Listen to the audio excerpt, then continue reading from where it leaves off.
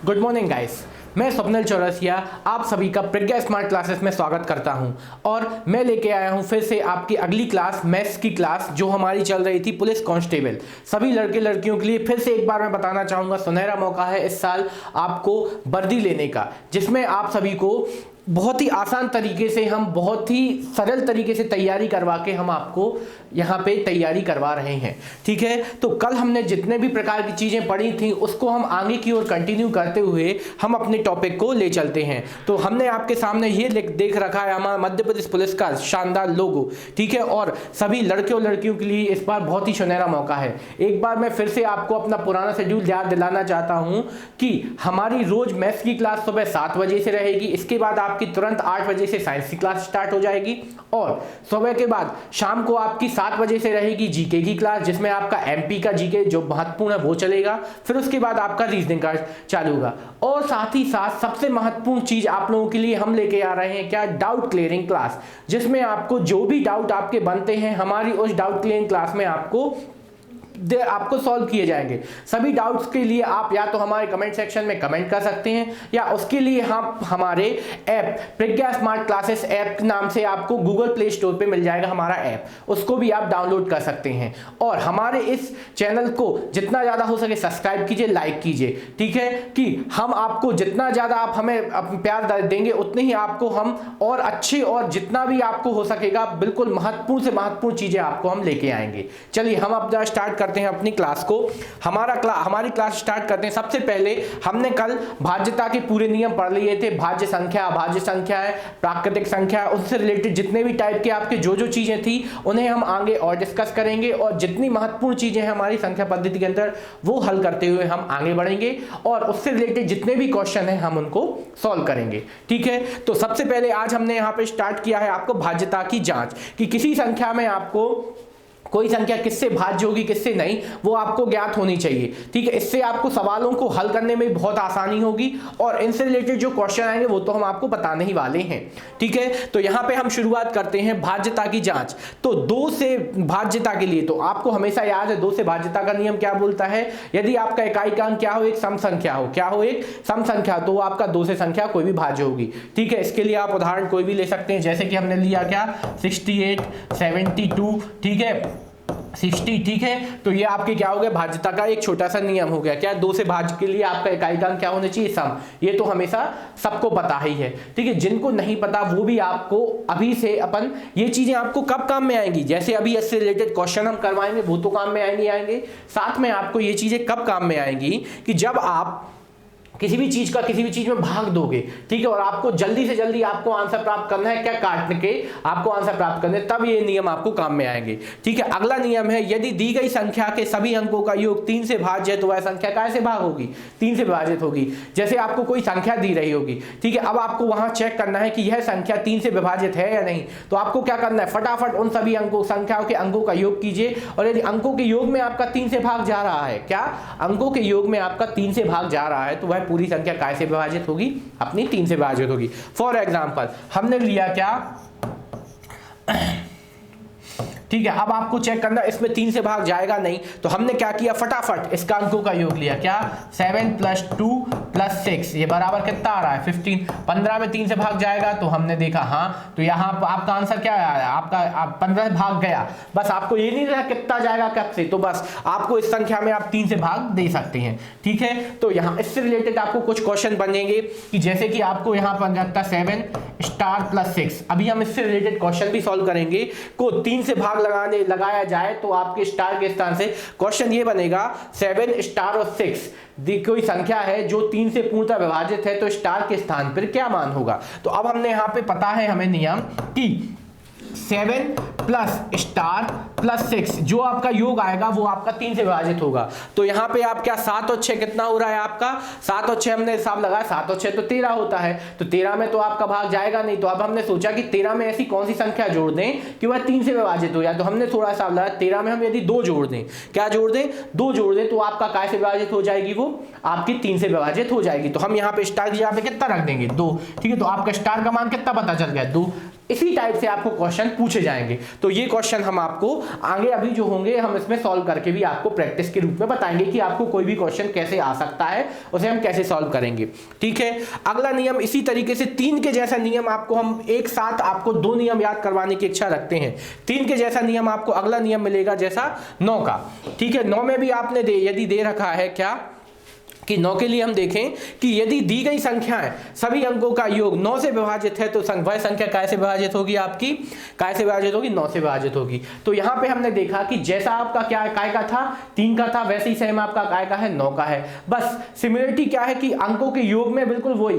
तो बस यहां पे आपको वही चीज ध्यान रखनी है। तो यहां पे हमने फॉर एग्जांपल ले लिया क्या कि यहां पे हमने ले लिया, तो यहाँ पे यदि हम 9 लिखे तो वो आपको दिख रहे हैं 9 से विभाजित है। उसी तरीके से यदि हम यहाँ पे ले क्या, ठीक है, ये संख्या, अब ये संख्या आपको दिख रही है इकाई का अंक तो सम संख्या, पर ये संख्या 9 से विभाजित होगी। तो आपको फिर से नियम लगाया क्या कि यदि इन अंकों के योग में आपका 9 से भाग जा रहा है तो हमने देखा 7 और 7 कितना हो रहा है 14, ठीक है, और 14 और 4 कितना हो रहा है 18, 7 प्लस 4, ठीक है, इन सभी अंकों का योग कितना हो रहा है आपका 18, 18 में 9 से भाग जा रहा है, हाँ 9 दूनी 18, ठीक है। तो यहां से आपको क्या पता चला कि यदि अंकों के योग में आपका काय से भाग जा रहा है 9 से भाग जा रहा है तो आपकी दी गई संख्या काय से 9 से पूर्णतः विभाजित होगी। तो आपने यहाँ पे हिसाब लगाया, हाँ भैया इन अंकों के योग में 9 से भाग गया है, इसीलिए यह संख्या किससे 9 से विभाजित है। तो इस तरीके से हमने 3 का और 9 का सिमिलर तरीके से भाज्यता का नियम पढ़ा। ठीक है, तो हमने यहाँ पे यही चीजें याद रखनी है। एक चीज और कि यदि किसी संख्या में 3 से भाग जाता है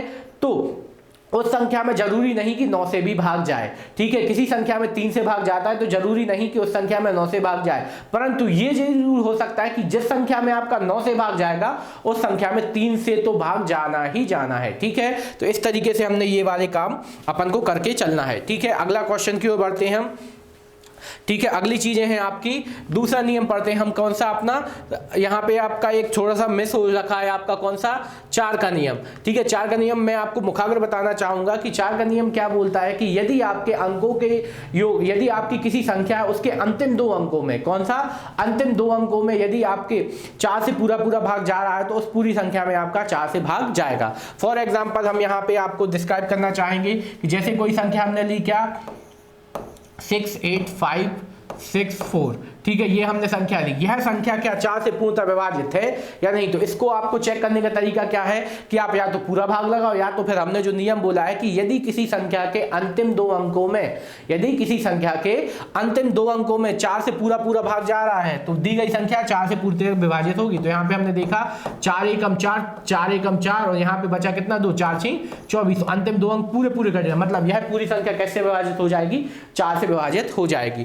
ठीक है, इसी के बिल्कुल चलते सेम आपका क्या हो जाएगा, आपका 8 का नियम होगा। यदि दी गई संख्या के अंतिम 3 अंकों द्वारा बनी संख्या, ठीक है, अंतिम 3 अंकों द्वारा बनी संख्या अपनी इकाई से 8 से विभाजित हो, ठीक है, ये आपका 8 है, 8 से विभाजित हो तो वह संख्या क्या हो जाएगी 8 से विभाजित हो सकती है। ठीक है, और साथ ही साथ एक और इसमें नियम चलता है जैसा 4 के साथ कि यदि अंतिम 2 अंक क्या हो 0 हो, अंतिम 2 अंक 0 हो तो वह संख्या 4 से विभाजित होगी। और 8 के साथ आपका सेम नियम क्या चलेगा, यदि अंतिम 3 अंक क्या हो 0 हो तो वह संख्या काय से विभाजित हो जाएगी 8 से। ठीक है, तो इसी के लिए हम यहाँ पे आपको एक यहाँ पे 8 का नियम आपको समझाने की कोशिश करते 6864, ठीक है, ये नियम है। अब इस संख्या को आपने चेक किया कि यह संख्या 8 से पूर्णतः विभाजित होगी, तो हमने यहाँ पे चेक किया तो यार आखिरी के 3 अंक देखे हमने, 8 एकम 8, भागना से 8 3 है 64, तो यहाँ पे ये चला गया, इससे कोई मतलब नहीं, आपका चला गया ना तो यह पूरी संख्या किससे 8 से विभाजित है। उसी तरीके से हमने एक और चीज बोली कि यदि अंतिम 3 अंक यहाँ पे 3 अंक क्या है 0 है तो बस आपको भाग भी लगा के नहीं देखना, क्या इसमें 8 से सीधा भाग आप दे सकते हैं। उसी तरीके से यदि हम 4 की बात करें तो 4 के लिए हमने क्या देखा कि यदि अंतिम यहाँ पे इस तरीके से आपको कुछ मिल जाए, अंतिम 2 अंक क्या मिल जाए 0 मिल जाए, या अंतिम 2 अंक कैसे मिल जाए जो 4 से विभाजित हो रहा है तो वो आपका पूरी संख्या कार से 4 से विभाजित होगी। ठीक है, इन सवालों को आपको कई बार मन में आया हम पे तो बनते हैं, तो भैया ये चीजें बनती तो है पर जब आप इसका प्रश्नों में यूज करेंगे तब आपको ये चीजें बहुत महत्वपूर्ण होंगी, तब ये नियम आपको बोलेंगे कि यार याद करने थे। इसीलिए बोलते हैं कि जो चीज पढ़ा रहे हैं उनको जैसा का तैसा बिल्कुल पढ़ते चलिए, आपको बहुत ही आसानी से सबको समझ में आता रहेगा। ठीक है, अगले 4 के बाद हम चलते हैं 5 का नियम। ठीक है, 5 का नियम तो सबको याद है, यदि दी गई संख्या में इकाई के स्थान पर 0 या 5 हो तो वह संख्या 5 है। तो आपको बस क्या देखना है संख्या ये लिखी तो यहाँ पे 0 आ गया तो ये 5 से विभाजित हो जाएगी। यदि कुछ भी संख्या लिख दो यहाँ पे इकाई का अंक 5 हो जाए, 5 आ जाए, यहाँ पे कुछ भी इकाई का अंक 5 आ जाए तो वो आपकी संख्या 5 से पूर्णतः विभाजित होगी। अब चलते हैं 6 के पास। 6 का कोई पर्सनल नियम नहीं होता। 6 के हम क्या करेंगे, 2 गुणनखंड। 6 के हम क्या करेंगे, 2 गुणनखंड, 2 गुणित कर 3 में विभाजित करेंगे हम 6 को। ठीक है, तो 6 में आपने क्या किया, विभाजित किया तो क्या होगा, 2 और 3 आए। तो आपने देखा यदि दी गई संख्या 2 से और 3 से, उसमें 2 और 3 के नियम में यदि लग जाएंगे तो वो संख्या अपने आप किससे विभाजित हो जाएगी, 6 से विभाजित हो जाएगी। ठीक है, इस तरीके से हमने 6 का नियम पढ़ लिया।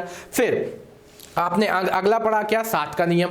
ठीक है, 7 के पास चलते हैं। 7 का नियम थोड़ा सा अटपटा है, तो यदि यूज करते बने तो करिएगा, नहीं तो बिल्कुल परेशान नहीं होना है। ठीक है, तो आपको सीधा नियम अपन को पता चलेगा। यदि दी गई संख्या के अंतिम अंक को दुगना करके शेष अंकों से बनी संख्या में से क्या कर दिया, घटाया जाए तो इससे प्राप्त नई संख्या 7 से भाज्य हो तो होगी, तथा तो दी गई संख्या क्या, 7 से भाज्य होगी। तो आपने यहाँ पे क्या देखा, यदि दी गई संख्या के अंतिम अंक को दुगना करके शेष अंकों से बनी संख्या से घटा दिया जाए। जैसे हमने लिया यहाँ पे क्या कि यहाँ पे हमने लिया अपना 763। ठीक है, ये लिया। अब ये संख्या आपको देखना है कि ये 7 से विभाजित है या नहीं। ठीक है, तो आपको क्या किया हमने, यहाँ पे हमने किया अंतिम अंक क्या है आपका, हमने लिया 3। इसका किया हमने क्या, दुगना। इसका किया हमने क्या, दुगना किया, आपका कितना आया, 6। ठीक है, कितना हमने 2 से गुणा किया, 2 कितना आया आपका, 6 आ गया। ठीक है, अंतिम आपकी संख्या हो गई 6 आ गए। ठीक है, अब शेष संख्या क्या बनी आपकी, शेष संख्या बची अपनी कितनी, 76 में से हमने 6 को माइनस किया, कितना बचेगा, 70। क्या 70 7 से विभाजित है, तो हमने देखा हाँ है। तो इस तरीके से हमें ये पता चल गया कि दी गई संख्या आपकी किससे, 7 से पूर्णतः विभाजित होगी। ये थोड़ा सा अटपटा सा नियम है, पर ध्यान आपको रखते हुए चलना है। जैसे हमने एक और एग्जाम्पल ले लिया, हमने कैसा कि 14, और यहाँ पे हमने ले लिया कौन सा, कोई संख्या ले ली हमने कितनी, 21 और 7। ठीक है, ये लिया हमने। इस संख्या में आपका 7 से भाग जा रहा है, तो देखने में तो आपको लग रहा है जा रहा है, पर यहाँ पे इसको आपने चेक किया क्या, 7 का दुगना किया, 7 गुणा 2 कितना आ रहा है आपका, 14। इसमें से क्या बची हुई संख्या क्या मिल रही है आपको, यहाँ से आपको इसमें से घटा दीजिए, कितना आ रहा है आपका, यहाँ पे 11 में से 4 गए, कितने बचेंगे आपके, 8। यहाँ पे कितना बचेगा आपका, 0, यहाँ पे 4, यहाँ पे 1। इसमें आप 7 से भाग, 7 दूनी 14, भागनी है भागनास्ती का 0। ठीक है, 7 दूनी 14, यहाँ पे आपका बचा क्या, यहाँ पे आपका कुछ नहीं बचा। तो इस तरीके से आपने देखा कि इस संख्या में 7 से भाग क्या हुआ, जाता हुआ नहीं दिख रहा है। ठीक है, 14 आपने माइनस किया तो यहाँ पे बचना कितना था, 7 बचता था। ठीक है, तो 7 एकम 7 दूनी 14, भागने भागना 7 एकम 7, तो यहाँ पे क्या आ गया, 201। तो यहाँ पे संख्या बनी क्या, 201। तो इस तरीके से ये वाला नियम थोड़ा सा अजीब लगता है, पर यदि समझने के हिसाब से यूज किया जाए तो आप समझ सकते हैं। ठीक है, तो इससे रिलेटेड यदि कोई क्वेश्चन बन जाए आपको, तो हमें आना चाहिए कि नियम क्या है। ठीक है, नियम का, इसीलिए हमने इसको पढ़ने की आपको इच्छा जताई। अब हम चलते हैं अगले सीधा। हमने 7 के बाद 8 का नियम पढ़ ही लिया है कि अंतिम 3 अंकों में यदि 8 से भाग जाता है और अंतिम 3 अंक यदि 0 होंगे तो आपके क्या, 8 संख्या 8 से पूर्णतः विभाजित होगी। 9 का भी पढ़ लिया है क्या, कि यदि 9 से कोई संख्या विभाजित कब होगी, कि यदि दी गई संख्या के अंकों के योग में 9 से भाग जा रहा है। ठीक है, अंकों के योग में, तो वह संख्या काय से 9 से विभाजित होने वाली है। 10 का नियम तो अपन बचपन से ही देखते आए हैं क्या, यदि दी गई संख्या के इकाई का अंक क्या हो, 0 हो, तो आपका आंसर हो जाएगा। अब सबसे आईएमपी चीज आने वाली है आपके लिए ये। ठीक है, सबसे आईएमपी चीज ये है 11 से भाज्यता का नियम। यदि दी गई संख्या के विषम स्थानों के अंकों तथा सम स्थानों के अंकों का योग तथा अंतर क्या हो, 0 हो, तो दी गई संख्या क्या होगी, 11 से विभाजित हो सकती है। ठीक है, ये महत्वपूर्ण प्रश्न है।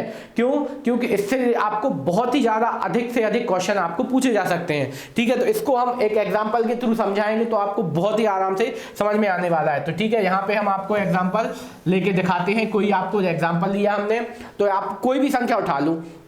ठीक है, जैसे हमने उठाई क्या, सबसे पहले जो आपको पता है उस पर आप वही चीज सिद्ध करके देखिए। कितना, 1331, आपने ली 4 अंकों की संख्या मात्र। ठीक है, तो सबसे पहले आपको यहाँ पे स्थान पता होने, ये आपका पहला स्थान, दूसरा स्थान, तीसरा स्थान, चौथा स्थान। तो यहाँ पे हमने लिख रखा है यदि दी गई संख्या के विषम स्थानों के अंक।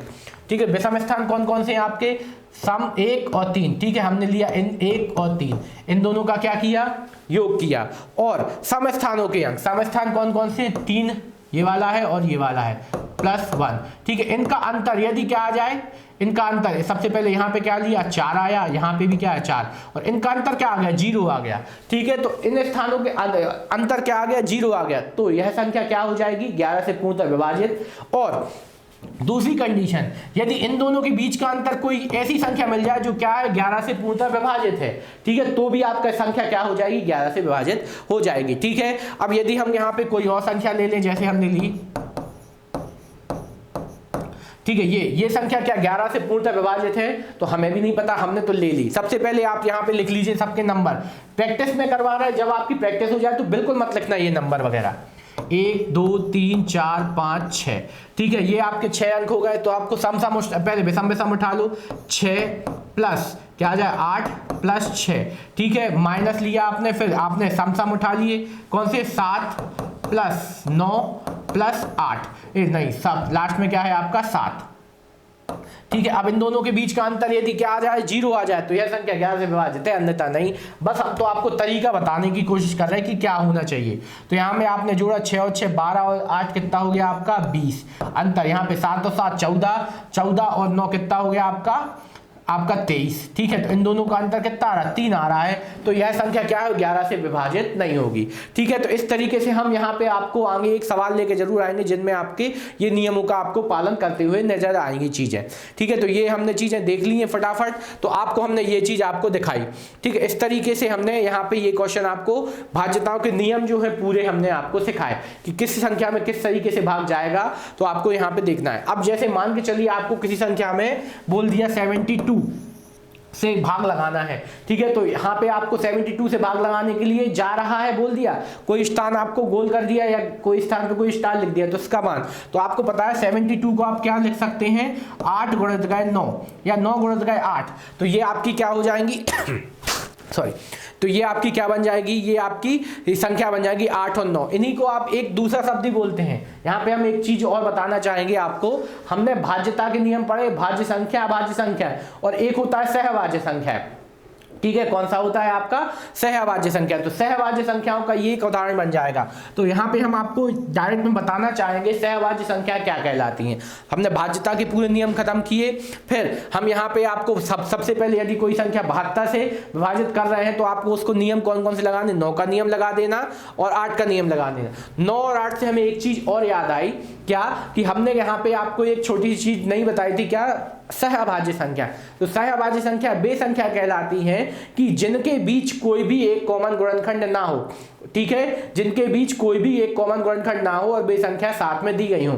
ठीक है, तो जैसे 9 और 8 इन दोनों में कोई भी एक कॉमन गुणनखंड है क्या, नहीं, तो ये दोनों कैसी हैं सहभाज्य संख्याएं हैं। ठीक है, इससे रिलेटेड भी आपको क्वेश्चन मिल सकते हैं कि निम्न में से कौन सी एक सहभाज्य संख्या है या नहीं, तो आपको आंसर देना चाहिए क्या कि जिन दो संख्याओं के बीच कोई भी कॉमन गुणनखंड नहीं होता वो आपके कौन सा कहला जाती हैं, सहभाज्य संख्याएं कहला जाती हैं। ठीक है, तो इस तरीके से हमने सहभाज्य संख्याएं बता दी हैं आपको। 2 4 6 8 10 पूरे जितने भी महत्वपूर्ण नियम थे उन सबका भी पालन किया। तो इस तरीके से हमने एक एक चीज को बढ़ते हुए आपको हमने हल करते हुए चल रहे हैं। ठीक है, अब हम अपने आगे की ओर बढ़ते हैं अगले टॉपिक की ओर। ठीक है, जिसमें आपको हमने देख रखा है संख्याओं के गुणनफल से इकाई का अंक ज्ञात करना। ठीक है, तो कई बार आपको बहुत बड़ी बड़ी संख्याओं के गुणन करने को मिल जाते हैं, आपको इकाई का अंक पूछा जाएगा, तो बिल्कुल भी कंफ्यूज नहीं होना, बिल्कुल भी परेशान नहीं होना। बहुत आसान तरीके से अपन को क्या करना है, जो भी संख्या दी रखीगी उसके सबके क्या उठाओ, इकाई के अंक उठाओ, और उनके भी इकाई के अंकों में से आपको क्या उठाना है, इकाई के अंक उठा लिए। जैसे हमने यहाँ पे ले लिया क्या 9 7 और यहाँ पे 9। ठीक है, तो यहाँ पे एक चीज एक्स्ट्रा में लिखा है, इससे कोई दिक्कत नहीं है अपन को। यहाँ पे हमने क्या लिखा, इसका इकाई का अंक 9 उठा लिया, इसका इकाई का अंक 7 ले लिया और इसका इकाई का अंक क्या ले लिया हमने 9 ले लिया। ठीक है, ये सभी इकाई के अंक लिए हमने। अब इन्हीं के इकाई के अंक का क्या कर दो, मल्टीप्लाई कर दो। तो हमने यहाँ पे मल्टीप्लाई करके देखा कितना, तो यहाँ पे आपको मल्टीप्लाई किया, कितना आ गया था 9 7 63। ठीक है, 9 7 63 इंटू कितना किया 3। ठीक है, और फिर कितना आ गया 9 3 27। ठीक है, तो यहाँ पे क्या आ गया आपका 9 3 27। 27 में इकाई का अंक क्या मिल रहा है आपको 7। ठीक है, 27 में आपको इकाई का अंक क्या मिल रहा है 7। ठीक है, तो 27 में आपको इकाई का अंक क्या मिला 7। तो इस तरीके से हमको क्या पहली इकाई के स्थान की संख्या ले लेनी है और उसी सभी इकाई के अंकों का क्या कर देना, मल्टीप्लाई कर देना है, और जो आपका आखिरी क्या अंक बचेगा वो आपका क्या कहला जाए, इकाई का अंक कहला जाएगा। ठीक है, इसी तरीके से जो हमने यहाँ पे क्वेश्चन लिख रखा है उससे भी संबंधित कोई क्वेश्चन करें, यहाँ पे आपका इंटू में क्या आ जाएगा 4। तो अब यहाँ पे आपको इसका इकाई का अंक ज्ञात करना है। तो आपने यहाँ पे देखा इसका इकाई का अंक हमने लिया 9, इसका लिया 7, इसका लिया 9 और यहाँ से आपने केवल लिया 4। ठीक है, तो 4। अब आपका इकाई का अंक देखें तो यहाँ से आपने इन दोनों का मल्टीप्लाई किया, कितना है 63। इन दोनों का किया कितना, 9 चौके 36। ठीक है, तो यहाँ पे अब आपको कई बार मन में आएगा कि 63 और 36 का मल्टीप्लाई भी कुछ थोड़ा बड़ा हो सकता है, तो यहाँ से भी आपको और छोटा करना है। ठीक है, इन दोनों के भी क्या उठा इकाई के अंक, 3 और 6 9 कितना 3 18। अब इसमें इकाई का अंक क्या मिला 8, तो आपका आंसर क्या बनेगा 8। ठीक है, तो इस तरीके से हमने किसी भी संख्याओं के गुणन का क्या बताया, इकाई का अंक बताया। ठीक है, इसी तरीके से यदि आपको कुछ और ऐसे क्वेश्चन मिल जाए, जैसे कि हमने यहाँ पे लिखा कि 8 9 इंटू 3, ठीक है, और माइनस इंटू ये में इकाई का अंक क्या होगा। चलिए ठीक है, चलने दीजिए इकाई का अंक। तो अब आपको फिर से क्या इतनी संख्याओं को गुणा करना पड़ेगा, तो नहीं, बिल्कुल परेशान मत होइए। क्या करिए आप इन दोनों का मल्टीप्लाई, 9 छिंग कितना होगा आपका, 9 एकम 9 9 3 27, 27 में आपने 27 और यहाँ पे 6 छिंग 36। ठीक है, 36 और दोनों को माइनस नहीं करना है, आप यहाँ पे इनके इकाई का अंक उठाओ। यहाँ पे 7 ये लिया, यहाँ पे 6 लिया, तो इकाई का अंक कितना बन रहा है आपका 1। ठीक है, सबके केवल क्या उठाना है, इकाई के अंक उठाते चलना है। तो यहाँ पे क्या आ गया 1 आ गया। अब उसके बाद हम चालू करते हैं क्या, अंक घातीय रूप में, ठीक है, संख्याओं के इकाई का अंक ज्ञात करना। ठीक है, तो यहाँ पे आपको क्या है, घातों के रूप में जब मिलेंगे तो आपको क्या करना है, इकाई का अंक ज्ञात करना है। तो सबसे पहले हमें इकाई के अंक ज्ञात करने के लिए आपको तरीका क्या है कि जैसे कि हमने एग्जांपल लेके देखते हैं, हमने लिया कि ऊपर हमने लगा दी कितने की 64। यहाँ पे आपने सबसे पहली बार हम थोड़ा सा 4 को हटाते हैं, कोई और संख्या लेते हैं 1, ये लिया। ठीक है, मैं इकाई का अंक क्या होगा। ठीक है, तो आपको बस क्या करना है, बिल्कुल भी परेशान नहीं होना है। आपकी जो घात दी गई है उसमें आपको कैसे भाग लगाना है, 4 से भाग लगाना है। ठीक है, इसका भी कारण के साथ हम उत्तर देना चाहेंगे, 4 से ही भाग क्यों लगाते हैं। कईयों के मन में भैया आएगा क्वेश्चन 4 से भाग क्यों लगाते हैं, तो वो भी हम आंसर देंगे। ठीक है, तो यहाँ पे सबसे पहले आपने 4 से भाग लगाया, 4 एकम 4। पहले आप तरीका सीख जाइए, कारण का हम आपका निदान जरूर करेंगे। 4 एकम 4, यहाँ पे कितना बचा आपका 3, 4 8 32, बचा कितना आपका 1। तो यहाँ पे कितना बचा, 4 दूनी 8, तो शेष कितना बच रहा है आपको 3। आपको यहाँ पे 731 में 4 से भाग लगाना है, जो आपका शेषफल बचेगा उससे मतलब है। आप क्या बता रहे हैं, घातीय अंकों के आप में इकाई का अंक ज्ञात कर दो। सबसे पहले हमने क्या बताया कि अपनी जो घात है उसमें आपको 4 से भाग लगाना है, तो लगाइए। तो यहाँ पे हमने लगाया कि यहाँ आपने 4 3 4 एकम 4, 4 दूनी 8। ठीक है, इससे कोई मतलब नहीं, हमें 4 एकम 4 से करना था आपको। यहाँ पे 7 3 1 में आपने 4 से 4 एकम 4, यहाँ बचा कितना अपना 3 उतारा। ठीक है, 3 8 4 8 32। ठीक है, यहाँ पे कितना बचा आपका 1। फिर आपने यहाँ पे क्या बचा, 1 और उतारा। फिर 4 दूनी 8। ठीक है, यहाँ पे कितना, अब यहाँ पे जो आपका शेषफल बच रहा है, हमें इससे मतलब है आपका क्या, जो शेषफल बच रहा है हमें इससे मतलब, शेषफल क्या बचा 3। तो बस आपको इतनी बड़ी प्रोसेस हमने आपको करके दिखाई, बिल्कुल नहीं करना आपको, तो बस भाग लगा देना है। 4 से भाग लगाया, कितना शेषफल बचा 3 बचा। तो बस आपको ये 3 उठाना है और अपने इकाई का अंक यहाँ पे क्या है 2 के ऊपर कितने ही हाथ लगा दूं 3 की, इसको हल कर दो, जो आंसर आएगा वो आपका आंसर हो जाएगा। तो 2 को आप करना 3 बार, 2 गुणा 2 गुणा 2, तो 2 दूनी 4, 4 दूनी 8। तो इकाई का अंक क्या मिलेगा आपको 8 मिलेगा। ठीक है, तो बस आपने यहाँ पे ये चीज सीखी कि यदि आपकी कोई भी संख्या है उसके आपको कोई भी घात लगी है, तो उस पर कितने की घात आपको लगी हो, उस पे घात में से आपको क्या करना है 4 से भाग लगाना है। भाग लगाने पर जो आपका शेष बचेगा, उस पे आपको क्या करना है, अपने संख्या के इकाई के अंक पे उसकी क्या लगा देना, घात लगा के उसे हल कर देना, आपका आंसर आ जाएगा। ठीक है, तो और यदि आपने कभी सोचा कि यदि किसी संख्या में आप 4 से भाग लगाओगे तो आपका शेषफल हमेशा कितना बचेगा, किसी भी संख्या में आप जितनी भी संख्या से भाग लगाते हो तो आपका शेषफल हमेशा उससे क्या बचता है, छोटी संख्या ही बचेगा। ठीक है, तो 4 से भाग लगाओगे तो आपका शेषफल मिनिमम बचने वाला है कितना, 3 2 और 1, और आपका आखिरी में बचेगा 0। तो हमें यहाँ पे 3 2 1 यदि मिलेंगे तो हमें कोई दिक्कत नहीं, पर 0 मिलेगा तो उसमें भी आपको एक कंडीशन है। अब हम वो आपको बताने की इच्छा रखते हैं कि यदि किसी संख्या में आप 4 से उसमें आप इकाई का अंक ज्ञात कर रहे हैं और 4 से भाग लगाया आपने उसकी इकाई के अंक में, तो आपका 0 बचता है। तो आपको क्या करना है, तो जैसे हमने लिया क्या 7 1 में हमने लिया 3 में, ऊपर हमने लगाई कितने की घात, ये 364 की घात में इकाई का अंक क्या है। ठीक है, ये किया हमने। तो यहाँ पे हमने लिया 364 में 4 से भाग लगाया। ठीक है, तो 4 एकम 4, यहाँ पे क्या बचा 4 नाम 36 और 4 एकम 4 पूरा चला गया। अब शेषफल क्या बचा आपका, शेष बचा आपका क्या 0, शेष क्या बचा आपका 0। ठीक है, तो शेष बचा 0। अब हमने कहा यार इसको तो आप 0 की घात तो लगा नहीं सकते, तो जब भी आपका क्या बचे शेष 0 बचे, ठीक है, जब भी आप 4 से भाग लगाओ अपनी घात में और शेष 0 बचे, तो आपको बस एक छोटी सी चीज याद रखना है क्या, कि 3 के ऊपर आपको कितने की घात लगानी है, 4 की घात। मतलब इकाई के अंक के ऊपर कितने की घात लगानी है, 4 की घात। ठीक है, जब 3 2 1 मिले तो आपको 3 2 1 की घात लगा देनी है अपने इकाई के अंक पर जब 0 मिले तो आपको कितने की घात लगा देनी है, 4 की घात लगा देनी है। ठीक है, तो इसको अब हम सॉल्व करते हैं, 3 गुणा 3 गुणा 3। ठीक है, तो यहाँ पे आप इन दोनों को मल्टीप्लाई करेंगे 9, यहाँ पे भी आप करेंगे 9 और 9 नाम 81, 81 में इकाई का अंक क्या है 1, तो आंसर क्या बनेगा आपका 1। ठीक है, एक आंसर बनेगा। तो इस तरीके से हमने अपनी किसी भी संख्या के इकाई का अंक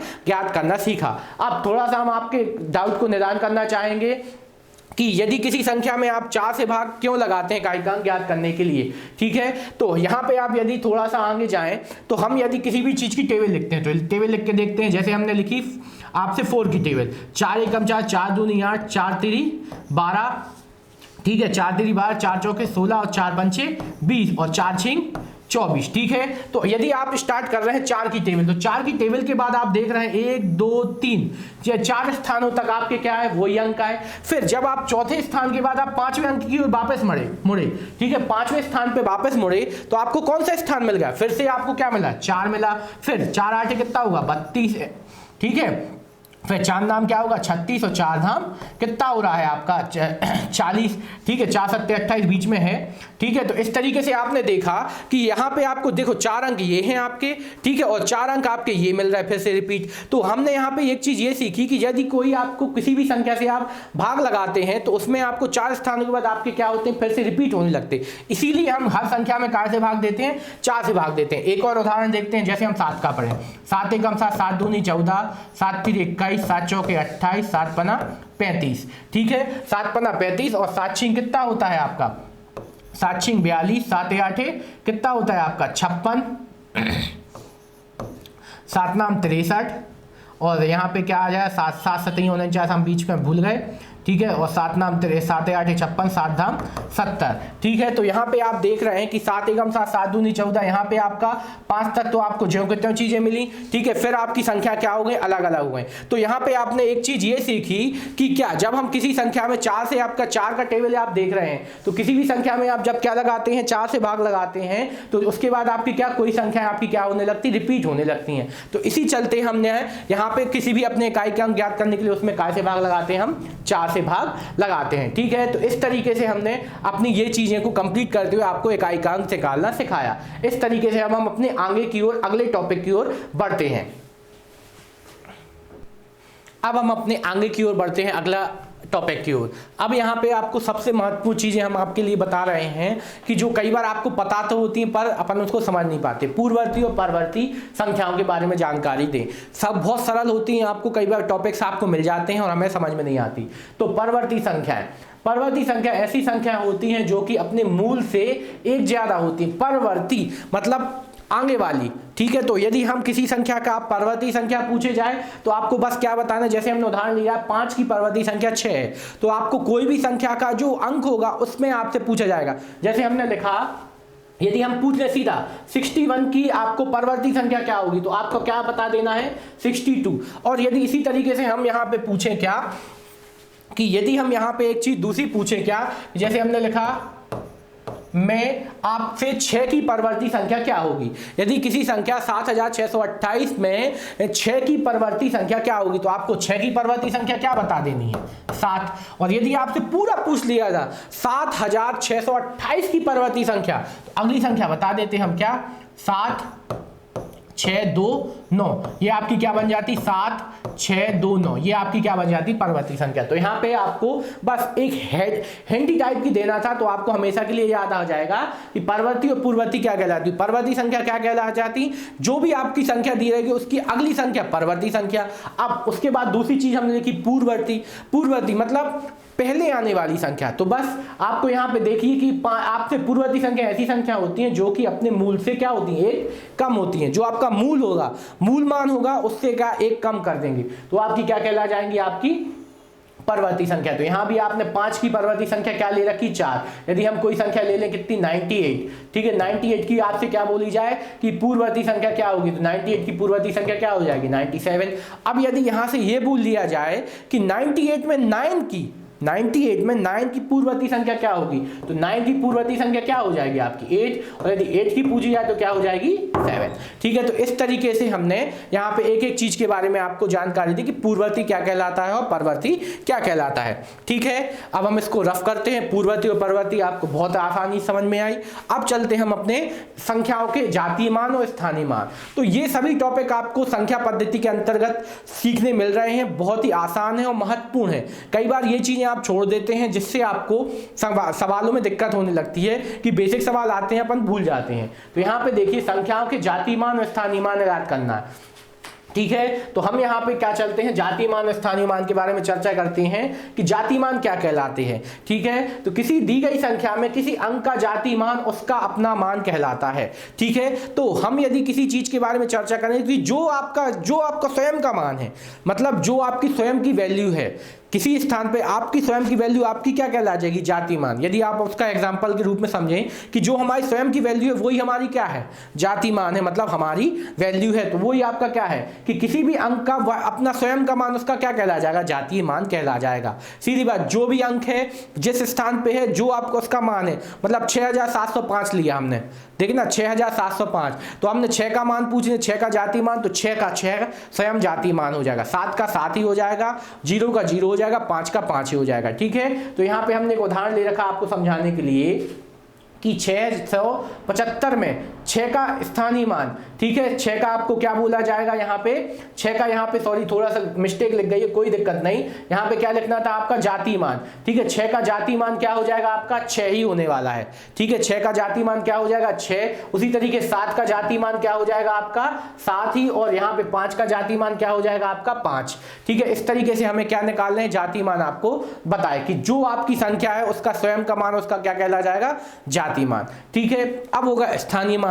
ठीक है, तो आपकी स्थान विशेष के अनुसार आपकी जो वैल्यू निकलेगी वो आपका क्या कहला जाएगा, स्थानीय मान। तो हम नीचे देखते हैं कि किसी संख्या में, किसी भी संख्या में किसी अंक का स्थानीय मान वह मान होता है जो अपने जिस स्थान पर स्थित होती है।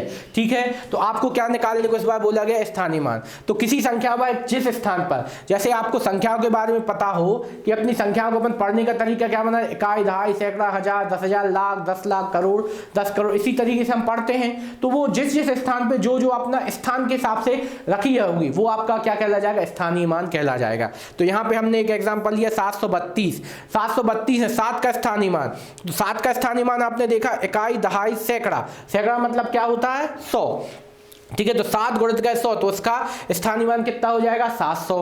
फिर अगली बार 3 का स्थानीय मान, तो 3 गुणित का क्या हो गया 10, तो 3 गुणित का 10 मतलब हो गया 30। ठीक है, और 2 का स्थानीय मान इकाई पे है, तो मतलब 2 गुणित का 1।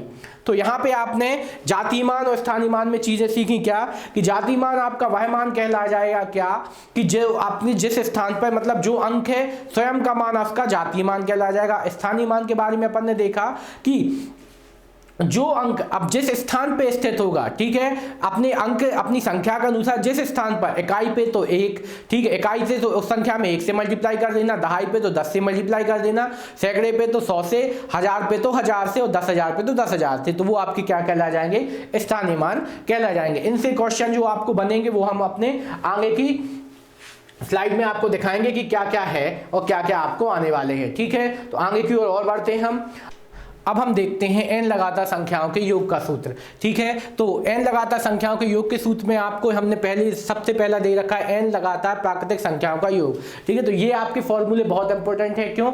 व्यापम वाले कई बार सीधे के सीधे पूछ लेते हैं कि भैया n लगातार संख्याओं के योग होता है, तो आपको फॉर्मूले लिख देंगे 4, तो आपको आंसर देना पड़ेगा। तो ये फॉर्मूले आपको कहीं ना कहीं अप्लाई करने हैं। तो ये सभी आपके फॉर्मूले आपके सामने, लगातार संख्याओं का योग का, वर्ग का, सम का, विषम का, ठीक है, सब आपके हैं। अब इनका यूज कैसे करना है उसे देखें कि आपसे पहले बोल दिया जाए 1 से लेकर सभी 30 तक की सभी संख्याओं का योग। ठीक है, तो 1 से लेकर 30 तक संख्याओं की संख्या कितनी है? 30। तो अपन यहाँ पे फॉर्मूले मान रखेंगे 30 इंटू 31 बटे में कितना आ जाएगा? 2। यहाँ पे कितना आ जाएगा? 15। 15 एक 15, 15 थी 45 और 1 कितना होता है आपका? 46। तो ये आपका आंसर आ जाएगा। ठीक है, इस तरीके से आप इसका योग याद कर लोगे। 1 से लेकर 30 तक की सभी संख्याओं का योग, पर ये कहाँ से होनी चाहिए? लगातार होनी चाहिए। ठीक है, तो ये तो पहली तरीका हो गया। अब यदि लगातार आपको 1 से स्टार्ट ना मिले पर लगातार हो तो कैसे याद करेंगे? जैसे हमने बोल दिया 25 से लेकर 68 तक की सभी संख्याओं का योग क्या होगा? तो अब यहाँ पे आपको दिख रहा है 25 से लेकर 68 तक की बोला है आपसे। ठीक है, तो हम क्या करेंगे इसके लिए? आपके पास तरीका क्या है? 1 से लेकर आप कहां तक की?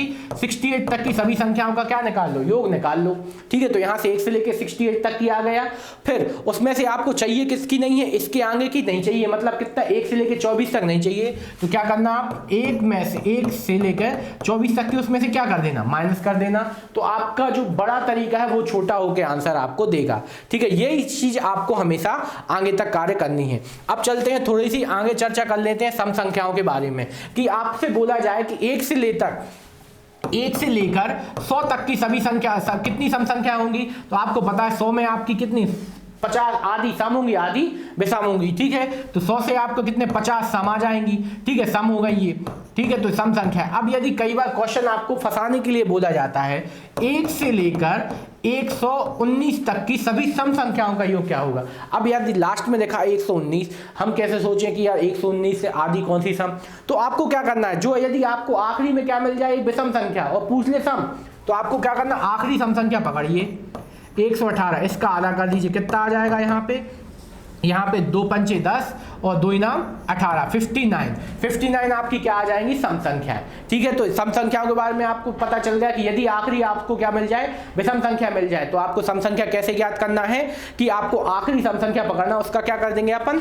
आधा कर देंगे। ठीक है, और इसी तरीके से आपको यदि इसमें कुछ मिल जाए, कैसा कि यदि आपसे बोल दिया जाए 62 से लेकर 131 तक की सभी सम संख्याओं का योग क्या होगा? तो हम क्या करेंगे? सबसे पहले 1 से लेकर 131 तक की सभी क्या निकालेंगे?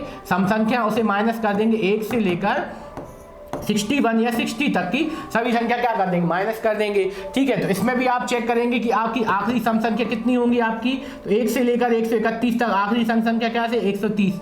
2 से भाग लगाया, 2 3 2 दूनी 4, 2 पंचे 10। यहाँ बचे कितने आपके? 2 पंचे 10, 2 6 12, बचा कितना? 2 पंचे 10। तो यहाँ पे 65 तो आपकी क्या आ जाएंगी? सम संख्या है। ठीक है, 1 से लेके 31 तक। और यहाँ पे आपको पता है 1 से लेके 61 तक यदि देखते तो भी आपको कितनी मिलनी थी? 30। ठीक है, तो यहाँ पे आपको n का मान 65 रखेंगे और यहाँ पे n का मान 30 रखेंगे और उसे हल कर देंगे। तो ये आपकी हो गई सम संख्याओं के बारे में। अब थोड़ा सा चलते हैं हम विषम के पास। ठीक है, विषम संख्याओं के बारे में चर्चा कर ले। यदि आपसे बोल दिया जाए 1 से लेकर 70 तक कितनी विषम संख्या है? तो आपको पता है 70 तक आपकी कितनी? 35 सम होंगी, 35 क्या होंगी? विषम। अभी तो कोई दिक्कत नहीं। फिर आपको क्या करना है? यदि आखिरी में ऐसे इसी तरीके से आपसे बोल दिया 1 से लेकर 133 तक कितनी सम संख्या है, यदि यही क्वेश्चन पूछ लिया जाए तो आप क्या गिनते बैठे रहोगे? तो बहुत टाइम लग जाएगा। तो इसका तरीका ये है कि यदि आपको क्या अगली संख्या क्या मिल जाए? आखिरी संख्या विषम मिल जाए। ठीक है, और विषम संख्या ही पूछ ली जाए तो आपको क्या करना है? अगली के पास जाना है, सम के पास। ठीक है, इसके बाद अगली सम संख्या क्या आ जाएगी? 134। 134 के बस आधा कर दीजिए, कितना आ जाएगा? 2 6 12, 2 7 14। तो आपको यहां से पता चल गया कि 67 आपकी कितनी सम होंगी और 67 कितनी होंगी? विषम होंगी। ठीक है, तो आपको विषम संख्याओं के बारे में पता चलना है। 1 से लेके 133 तक कुल कितनी विषम संख्या होंगी? 67। ठीक है, फॉर एग्जाम्पल एक और लेते हैं, 1 से लेकर 97 तक। ठीक है, 197 ले लो। अच्छा, 197 तक आपकी कुल कितनी विषम संख्या होंगी? तो आपको क्या करना है? आखिरी यदि विषम संख्या दे रखी है तो बस आपको इसमें क्या करना है? 1 प्लस करना है 198 और इसमें काय से भाग लगा देना है? 2 से। तो 2 इनाम 18, ठीक है, और 2 × 18 कितनी होंगी 99। क्या आ जाएंगी आपकी 99 आपकी क्या आने वाली है, विषम संख्याएं आ जाएंगी, ठीक है। 99 आपकी क्या आ जाएंगी, विषम संख्याएं आएंगी, कहाँ 1 से लेकर 197 तक। इस तरीके से हम क्या निकालेंगे, विषम संख्याओं की संख्या ज्ञात करेंगे और फॉर्मूले में आपको मान निकालना हमने सिखाई दिया है, ठीक है। इससे रिलेटेड हम क्वेश्चन स्टार्ट करने जा रहे हैं।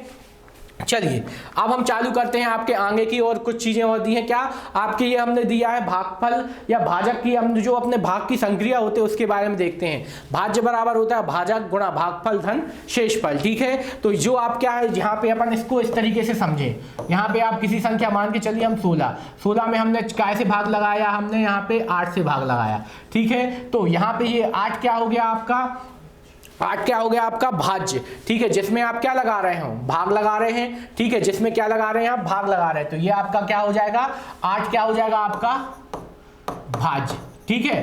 फिर 8 क्या, यहाँ पे 16 हो जाएगा भाज्य, फिर 8 क्या हो जाएगा आपका भाजक, मतलब जिससे आप भाग लगाते हैं, ठीक है, ये क्या हो जाएगा भाजक। भाजक के बाद आपने भाग दिया, 8 दूनी 16, ठीक है। तो यहाँ पे कितना बचा आपका 0 और यहाँ पे क्या आ गया 2, तो 2 क्या आ गया आपका भाग फल, ठीक है, भागफल, और यहां पे क्या आ जाएगा शेषफल। ये आपका क्या बचता है शेषफल, ठीक है। तो ये सभी चीजें आपकी इस फॉर्मूले में है, ठीक है। इसको फॉर्मूला कई लोगों को याद नहीं होता है, तो इसको याद करने का हम अच्छा तरीका क्या बताएं कि जैसे कि आप लिखते हैं, कोई जब मिश्र व्यंजन में संख्या लिखते हैं 3 सही 3/7 ये लिखी हमने, तो बस आपको क्या करना है, इसको आप हल कैसे करोगे, 7 एकम 7, 7 तिरी 21, 21 और 3 कितना हो जाएगा आपका 21 और 3 कितना हो जाएगा 24, 24/7 ये आया। तो आपने इसको हल किया, 7 गुणित गए 3, मतलब यहाँ पे क्या 7 क्या था आपका भाग लगाने वाला क्या भाजक, और भागफल कितना था आपका 3, तो 7 तिरी 21, तो 7 गुणित गए 3, तो भाजक गुणा भागफल, और जोड़ा आपने क्या शेषफल, तो आपका क्या आ गया शेषफल। तो ये आपको ये वाली संक्रिया याद करने का तरीका हो गया, भाज्य बराबर भाजक गुणा भागफल धन शेषफल। इस तरीके से हमने ये वाली संक्रिया को यूज किया। अब इसमें हम क्या और भी तरीके से आपके फॉर्मूले बन सकते हैं, यदि आपको भाज्य दिया और भाजक पूछ लिया, भागफल तो शेषफल, तो यहाँ पे आप इनको पक्षांतर करते हुए अपन अगले फॉर्मूले बनाते हैं। जैसे आपसे भाजक बराबर पूछ लिया जाए, तो अपन भाजक बराबर क्या बनाएंगे कि भाज्य माइनस में क्या पहुंच जाएगा शेषफल, और बटे में कौन पहुंच जाएगा आपका भागफल, ठीक है, ये आपका आ जाएगा। फिर और आगे गए, यदि आपसे भागफल पूछ लिया जाए, यदि आपसे क्या पूछ लिया जाए भागफल, तो आपका क्या आ जाएगा फिर से भाज्य माइनस में क्या आ जाएगा आपका शेषफल। इस बार कौन पहुंच जाएगा, नीचे पहुंच जाएगा आपका कौन, आपका भाजक, ठीक है। और इस बार आपसे शेषफल बराबर पूछ लिया जाए सीधा, तो शेषफल बराबर क्या आ जाएगा आपका भाज्य, क्या आ जाएगा भाज्य माइनस भाजक गुणा भागफल, ठीक है। तो इस तरीके से हम इसके 4 फॉर्मूलों को अलग अलग तरीके से यूज कर सकते हैं। हम तो बिल्कुल यही सलाह देंगे, इसी में मान रख के आप यहाँ की वहाँ चीजें कर दीजिएगा, बिल्कुल आंसर सही हो गए, ठीक है। तो ये अपने 4 तरीके हो गए। अब उसके बाद हमने कुछ और सरल तरीके से आपको फॉर्मूले दिए हैं कि जिसमें आप सीधा मान रखेंगे आपके आंसर आएंगे। किन्हीं 2 संख्याओं के बीच किसी संख्या के गुणजों का योग, ठीक है, किन्हीं 2 संख्याओं के बीच आपसे किसी संख्या के गुणजों का योग पूछ लिया जाए, ठीक है, कितने होंगे, तो आपको क्या करना है, संख्याओं का योग ज्ञात कर, संख्याओं का योग लेना और उसमें आप संख्या से मल्टीप्लाई कर देना और 2 से भाग दे देना, ठीक है। संख्याओं का योग लेना है और आपको क्या करना है, संख्याओं का योग और संख्या से आपको क्या कर देना मल्टीप्लाई 2 से। तो जैसे हमने बोल दिया क्या कि किन्हीं 2 संख्याओं के बीच किसी संख्या के गुणजों का योग, ठीक है। तो आपको बस ये वाला फॉर्मूला अप्लाई कर देना है, ठीक है। तो इसका भी यूज हम आगे आपको बताएंगे जरूर। 2 क्रम, अब अगला फॉर्मूला है आपका कि 2 क्रमांक संख्याओं के वर्गों का अंतर एक विषम संख्या होता है तो दोनों संख्याओं के योग के बराबर होता है। तो ये एक तरीके से क्या हो गया आपका एक पॉइंट हो गया, क्या कि 2 क्रमागत संख्याओं के वर्गों का अंतर एक विषम संख्या होता है, ठीक है। 2 क्रमागत संख्याओं के वर्गों का अंतर एक क्या होगा विषम संख्या। जैसे हम यहाँ पे एक एग्जांपल लें, एक 2 क्रमागत संख्या एक ली हमने और एक यहाँ पे 2 ली, इनका वर्ग किया 2 लिया और 2 का वर्ग किया हमने 2, तो यहाँ पे क्या आ गया 1 धन 4 बराबर कितना आ गया 5। ठीक है, तो ये चीज आपकी पॉइंट है नोट करने वाला कि आपसे पूछ लिया जाए सीधा क्या कि दो क्रमागत संख्याओं के वर्गों का अंतर होता है, तो आपको क्या देना है, विषम संख्या। ठीक है, और तो दोनों अंकों के वर्गों के योग के बराबर होता है। ठीक है, जो दोनों अंकों के वर्गों के योग के बराबर तो हो ही रहा है। तो बस यहाँ पे आपको ये पॉइंट याद रखना है, क्या एक विषम संख्या होती है कि यदि किन्हीं भी दो क्रमागत संख्याओं का क्या करोगे, दो क्रमागत संख्याओं का वर्ग करोगे तो उनका योग हमेशा क्या प्राप्त होगा, आपको एक विषम संख्या प्राप्त होगा। यही टॉपिक है आपको जो सीधे पूछ ले जाते हैं, अपन को बनते नहीं। अब आगे चलें, यदि a to the power p, b to the power q, c to the power r और d to the power s के अभाज्य गुणनखंडों की संख्या, अभाज्य गुणनखंडों की संख्या क्या कहलाई जाएगी। तो यदि आपको कोई संख्या ऐसी दी रखी है तो उनके अभाज्य गुणनखंड कीजिए और उनकी गुणनखंडों की संख्या आप क्या हो जाएगी, p plus q plus r plus s। तो जितने की घातें हैं आपको उन सबको क्या कर दीजिए, जोड़ दीजिए। ठीक है, तो जहां पे आपके जोड़ दीजिए तो बस आपका क्या कहला जाएगी, वो सभी आपके क्या कहला जाएंगे, अभाज्य गुणनखंड का योग। जहां पे आपका ABC क्या अभाज्य संख्या होगी तो इन सभी का योग आपके क्या कहला जाएंगे, अभाज्य गुणनखंड। जैसे कि हमने कोई संख्या दे दी, जैसे कि हमने संख्या दी आपको 3 गुणित का 2 दे दी, यहाँ पे 2 गुणित का हमने 5 दे दिया, फिर 5 गुणित का 3 दे दिया। ठीक है, ये सभी आपकी संख्या है कि अभाज्य गुणनखंडों का, आपके अभाज्य गुणनखंडों की संख्या कितनी होगी, ये आपका सीधा क्वेश्चन बन गया। ठीक है, तो आपको यहाँ पे दिख रहा है क्या, 2 है। ठीक है, तो 2 है, ये सभी आपकी सबसे पहले अभाज्य होनी चाहिए, तो 2 आ गया, धन 5 आ गया, धन 3 आ गया, तो कितना आ रहा है, 5 और 3 8 और 2 10। ठीक है, तो अभाज्य गुणनखंडों की संख्या कितनी हो जाएगी, आपकी 10 हो जाएगी। ये सीधा आंसर बोल देना है। तो इस तरीके से हमने जितने भी प्रकार के फॉर्मूले हैं सबका यूज करते हुए हमने आपको आगे बढ़े। ठीक है, अब हम चलते हैं अपने क्वेश्चन की ओर। ठीक है, क्वेश्चन फटाफट सरल तरीके से हल करते हैं। पहला क्वेश्चन आपके लिए प्रैक्टिस के रूप में आपको हल करते चल रहे हैं, साथ में मेरे हल भी करते चलिए, आपकी प्रैक्टिस भी होती रहेगी। इतने सब अपन ने जो क्वेश्चन किए उनको अपन हल करते हैं। निम्न में से कौन एक वास्तविक संख्या है। सबसे पहले हमें याद करना है वास्तविक संख्या कहलाती क्या है, कि जो आपकी सभी परिमेय संख्या, अपरिमेय संख्या है और जितने भी प्रकार की संख्या होती सभी क्या कहलाती, वास्तविक संख्या है। तो और हमने अब आपको बताया था कि अब हमें दिख तो रही सभी परिमेय संख्या, तो अब हमने यहाँ पे आपको बताई थी अवास्तविक संख्या की परिभाषा। अवास्तविक संख्या की परिभाषा क्या था कि यदि हम किसी संख्या का क्या करें, वर्ग करें, उसके बाद भी आपको आंसर क्या मिल रहा है, ऋणात्मक आंसर मिल रहा है, तो आपका वो संख्या क्या कहला जाएगी, अवास्तविक संख्या। तो हमने पहला ऑप्शन देखा, पहला ऑप्शन हमने यहाँ पे चेक किया क्या कि पहले ऑप्शन में हमने देखा कि यहाँ पे क्या है, कर्णी 3 माइनस का, इसको हमने वर्ग करके देखा, कर्णी 3 का वर्ग किया, कितना आ जाएगा, हमने यहाँ पे कर्णी 3 से कर्णी 3 कट जाएगा, लेकिन हल करने पर आंसर क्या आने वाला है, माइनस का कर्णी 3। तो वही हमने बोला कि यदि हम किसी संख्या का वर्ग करें उसके बाद भी आपको क्या प्राप्त हो, ऋणात्मक संख्या प्राप्त हो, तो वो आपकी क्या सी अवास्तविक। तो पहला तो आंसर क्या हो गया, गलत। फिर दूसरे के पास भी गए तो इसका आंसर भी क्या हो जाए, गलत। अब तीसरे के पास है, तीसरे के पास है, सबसे पहले हमने इसका मल्टीप्लाई किया। ठीक है, तीसरे के पास आए, हमने इसका मल्टीप्लाई किया क्या कि आपको वास्तविक संख्या प्राप्त करनी है। ठीक है, तो वास्तविक संख्या, तो यहाँ पे भी आप इसका क्या करोगे, वर्ग करोगे, वर्ग करोगे तो आपको क्या यहाँ पे आंसर फिर से प्राप्त होने वाला है, यहाँ पे अवास्तविक संख्या, तो ये भी आपकी क्या हो जाएगी, गलत हो जाएगी। फिर आप आखिरी के पास आए तो यहाँ पे लिखा 2 धन कर्णी 3, तो ये आपकी क्या है, परिमेय संख्या है, और ये क्या परिमेय संख्या, पर ये है क्या, एक वास्तविक संख्या है, तो आंसर आपका क्या मिलेगा, ये मिलेगा। ठीक है, अब किसी की इच्छा ये तो नहीं कि भैया इन दोनों का गुणा कर दोगे, तो भैया इन दोनों का गुणा होना ही नहीं, क्यों, क्योंकि यहाँ पे माइनस माइनस लगावे तो इस तरीके से आपकी करणियों का गुणा नहीं होगा। ठीक है, तो ये आपका आंसर बनेगा क्या कि 2 धन कर्णी 3 एक कैसी संख्या, वास्तविक संख्या है। तो आपको हर चीज को पॉइंट को याद रखते हुए चलना है, नहीं तो यही संख्या अपन को आंसर पहले ही लगाते फटाफट और अपन आगे बढ़ जाते, लेकिन आंसर क्या बना, ये बना। ठीक है, अब अगले क्वेश्चन के पास चलते हैं। शून्य है, शून्य है, शून्य किस प्रकार की संख्या है, प्राकृतिक संख्या है, पूर्ण संख्या है, आपका प्राकृतिक संख्या है, पूर्णांक संख्या है, या धनात्मक संख्या है, ऋणात्मक संख्या। तो अब यदि आप याद करें शून्य के बारे में चर्चा करें तो शून्य, सबसे पहले प्राकृतिक संख्या के बारे में, प्राकृतिक संख्या की शुरुआत कहां से होती है, आपकी 1 से, तो उसमें 0 तो आता नहीं, तो पहला क्वेश्चन क्या हो गया, गलत। अब थोड़े से आए आप ऋणात्मक संख्याओं के बारे में और धनात्मक, तो हमने ऋणात्मक संख्याओं की परिभाषा क्या पढ़ी थी कि सभी प्राकृतिक संख्याएं क्या कहलाती हैं, धनात्मक, सभी प्राकृतिक संख्याएं धनात्मक पूर्ण संख्या कहलाती हैं। ठीक है, तो ये आपकी धनात्मक संख्या होगा, इसमें भी 0 शामिल नहीं हुआ। फिर ऋणात्मक संख्या की बात करें, सभी ऋणात्मक संख्या क्या कहलाती हैं, आपकी ऋणात्मक संख्या कहलाती हैं। अब आए आप काय पे, पूर्ण संख्या पे, पूर्णांक पे। ठीक है, तो यदि अपन ने पूर्णांकों की बात की जाए तो पूर्णांकों में अपन ने ये देखा था कि यदि आपका क्या 0 के इस तरफ की सभी प्लस की और 0 के इस तरफ की सभी माइनस की संख्या क्या कहला जाती है, आपकी पूर्णांक कहला जाती है। तो इसमें क्या शामिल है आपका 0, तो 0 एक क्या है, पूर्णांक है। क्या है 0 1 क्या है पूर्णांक है, ना तो वो प्राकृतिक संख्या, ना धनात्मक ना ऋणात्मक। ठीक है, तो इसी तरीके से आपको क्वेश्चन मिलेंगे। ठीक है, अब हम बढ़ते हैं अपने अगले क्वेश्चन की ओर। ठीक है, अगला क्वेश्चन है हमारा, अगला क्वेश्चन, निम्न में से कौन सी संख्या भाज्य और अभाज्य दोनों ही नहीं है। ठीक है, तो आपको यहां पे देखना है क्या, कौन सी संख्या भाज्य और अभाज्य दोनों ही नहीं है। ठीक है, तो 0 को तो अपन भाज्य अभाज्य सब कुछ मान सकते हैं। ठीक है, फिर आए आप 1 के पास, तो यहां पे हमने चर्चा की थी कि एक ही एक ऐसी संख्या थी, जहां पे एक ही एक ऐसी संख्या थी जो तो क्या थी, भाज्य भी है और अभाज्य दोनों ही नहीं है। ठीक है, एक तो ना ही भाज्य संख्या और ना ही अभाज्य संख्या है। ठीक है, सबसे छोटी भाज्य संख्या कौन सी मानते हैं अपन, अभाज्य संख्या 2।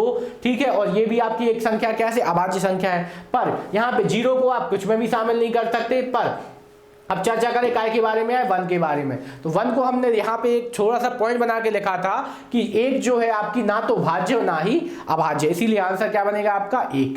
ठीक है, तो इसी तरीके से आपको क्वेश्चन मिलेंगे, तो आपको हल करना आना चाहिए। अब चालू करें, निम्न में से कौन सी एक अपरिमेय संख्या है।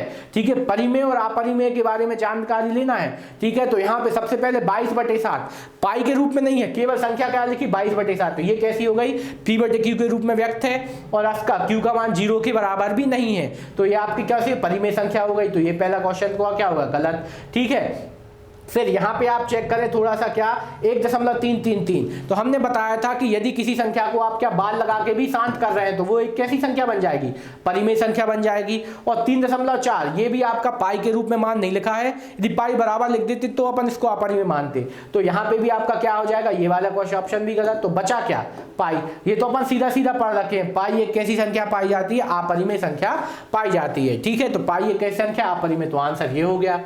अब हम चलते हैं अपने अगले क्वेश्चन की ओर। अगला क्वेश्चन है, निम्न में से 11 से भाज्य है। ठीक है, तो फटाफट इसको हल करते हैं अपन को।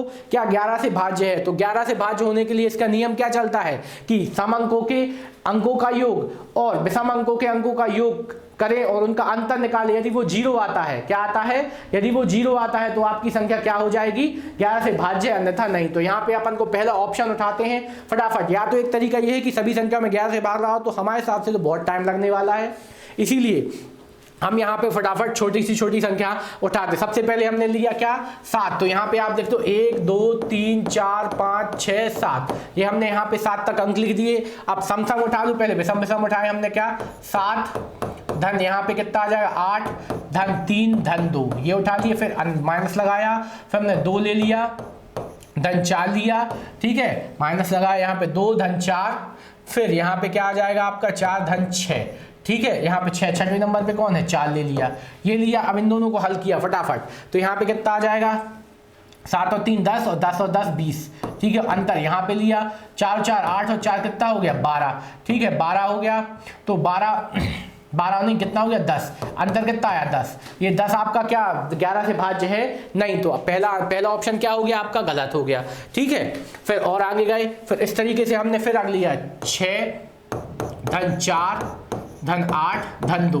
देखिए ये संख्या हमने उठा ली। ठीक है, ये संख्या हमने उठाई, तो फिर उसके बाद यहाँ पे क्या आ गया 6 धन 3 धन 3, यहाँ पे थोड़ा सा मिस्टेक हो गई, तो यहाँ पे क्या आ रहा, ये उठाना है, फिर ये उठाना, फिर ये उठाना, इस तरफ से यहाँ से ये।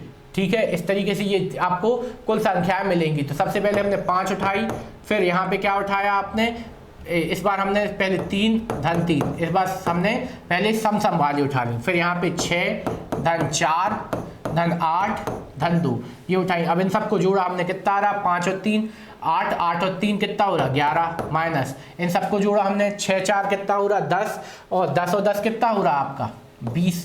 तो यहाँ पे भी आपका आंसर कितना मिला, यहाँ पे इन दोनों का अंतर कितना मिल रहा 9। ठीक है, तो ये वाला ऑप्शन भी क्या हो गया, गलत। ठीक है, तो इस तरीके से हमें फटाफट चेक करते चलना है।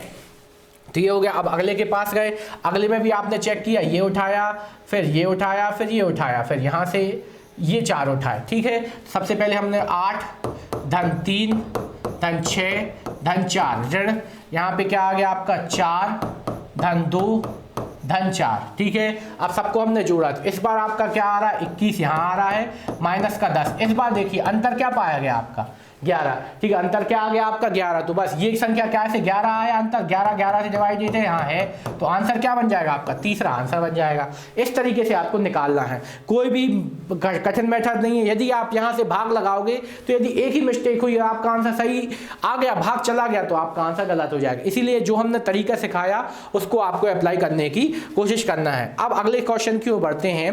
संख्या 14 1 5 6 7 में स्टार यदि 7 से क्या है 72 से पूर्णतः विभाजित है तो स्टार के स्थान पर।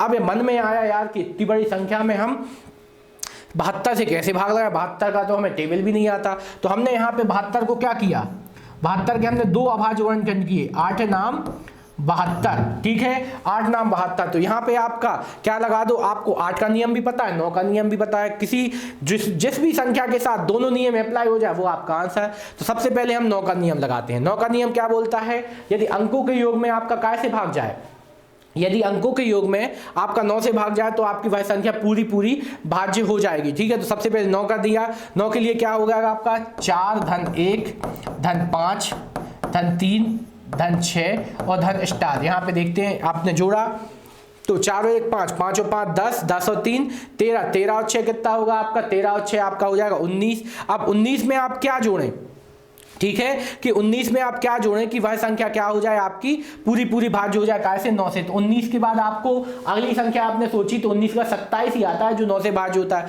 तो 27 कैसे आएगा, 19 में आपको कितना जोड़ना पड़ेगा, 8 जोड़ोगे तो आपका कितना आ जाएगा 27। तो स्टार का मान आपको एक क्या पता चला 8। ठीक है, तो अब यहाँ पे आप 8 रख के देख लीजिए। अब 8 रखा तो 8 तो एक पहले आपको 9 के हिसाब से बस, और उसमें आप एक और चेक कर लीजिए कि 8 का नियम लग रहा है। तो 8 का नियम क्या बोलता है, अंतिम 3 अंकों में यदि 8 से भाग जाए तो उस पूरी संख्या में से भाग जाएगा 8 से। तो हमने देखा 8 एकम 8, 8 दूनी 16, 8 3 24 और 8 चौके कितना होता है आपका 32। बचे कितने अपने 8 चौके 32, बचे 4। तो ठीक है 8 छिंग 48। तो हमने देखा कि अंतिम 3 संख्या में 8 से भाग चला गया। तो यहाँ पे 8 और 9 के दोनों नियम क्या हो गए अप्लाई। तो इस तरीके से आपका पहला ऑप्शन क्या बन रहा है 8 आंसर सही है। ठीक है, तो यदि आप क्या करते 4 1 5 3 6 में 8 रखते फिर 72 से भाग लगाते हो तो आपको टेबल पढ़ने में बहुत टाइम लग जाता। लेकिन जो हमने तरीका आपको बताने की कोशिश की वो आपका सरल बहुत सही है कि क्या 72 के हमने 2 गुणनखंड किए, 8 और 9 के रूप में तोड़ा, 8 का नियम लगा दो 9 का नियम लगा दो, बस जो नियम आपका सही बैठ जाए वो आपका आंसर। ठीक है, तो इस तरीके से हमने आपके ये दोनों क्वेश्चन सॉल्व किए। अब हम अपने अगले क्वेश्चन की ओर बढ़ते हैं। दशमलव संख्या पद्धति में 4 अंकों की कुल संख्याएं कितनी हैं। ठीक है, तो 4 अंकों की आपको कुल संख्याओं के बारे में जानकारी लेना है। तो यहाँ पे पहले तो हम थोड़ी सी आपको फिर से एक जानकारी देते हैं कि यदि आपको कोई भी संख्याओं के बीच की कुल संख्या पता करनी है तो उसका एक सीधा तरीका क्या है कि आपको सबसे बड़ी संख्या में से अपनी सबसे छोटी संख्या को क्या कर देना माइनस कर देना, तो आपकी कुल संख्या पता चल जाएगी। दशमलव संख्या पद्धति मतलब जो हम पढ़ते हैं वो आपकी क्या है सभी संख्या का दशमलव संख्या पद्धति है। तो 4 अंकों की आपको कुल संख्याओं के बारे में पता करना है। तो 4 अंकों की सबसे छोटी संख्या क्या होती है आपकी, 4 अंकों की सबसे छोटी संख्या होती है आपकी 1000।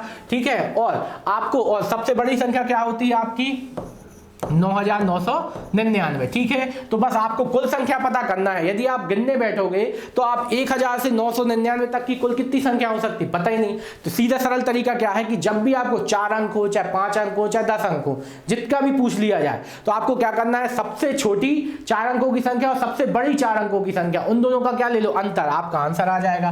तो यहाँ पे हमने क्या ले लिया इन दोनों का अंतर कितना आ रहा है आपका 9 और यहाँ पे क्या आ जाएगा आपका 8, कितनी आ जाएंगी 8999। ठीक है, तो ये आपका ऑप्शन मिल रहा है, हाँ मिल रहा है, तो आंसर हमारा क्या हो जाएगा दूसरा।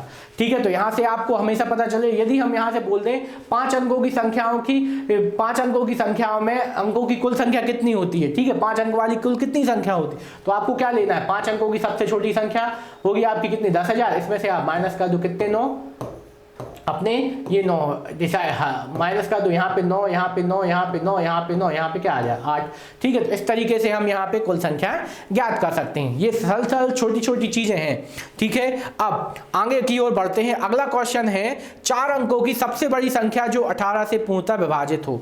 ठीक है, तो ये बेसिक क्वेश्चन है। ठीक है, तो इसको अपन ने हल किया तो यहाँ पे हम तुरंत चालू करते हैं 4 अंकों की सबसे बड़ी संख्या जो आप 18 से पूर्णतः विभाजित हो, तो 4 अंकों की सबसे बड़ी संख्या लिख लो।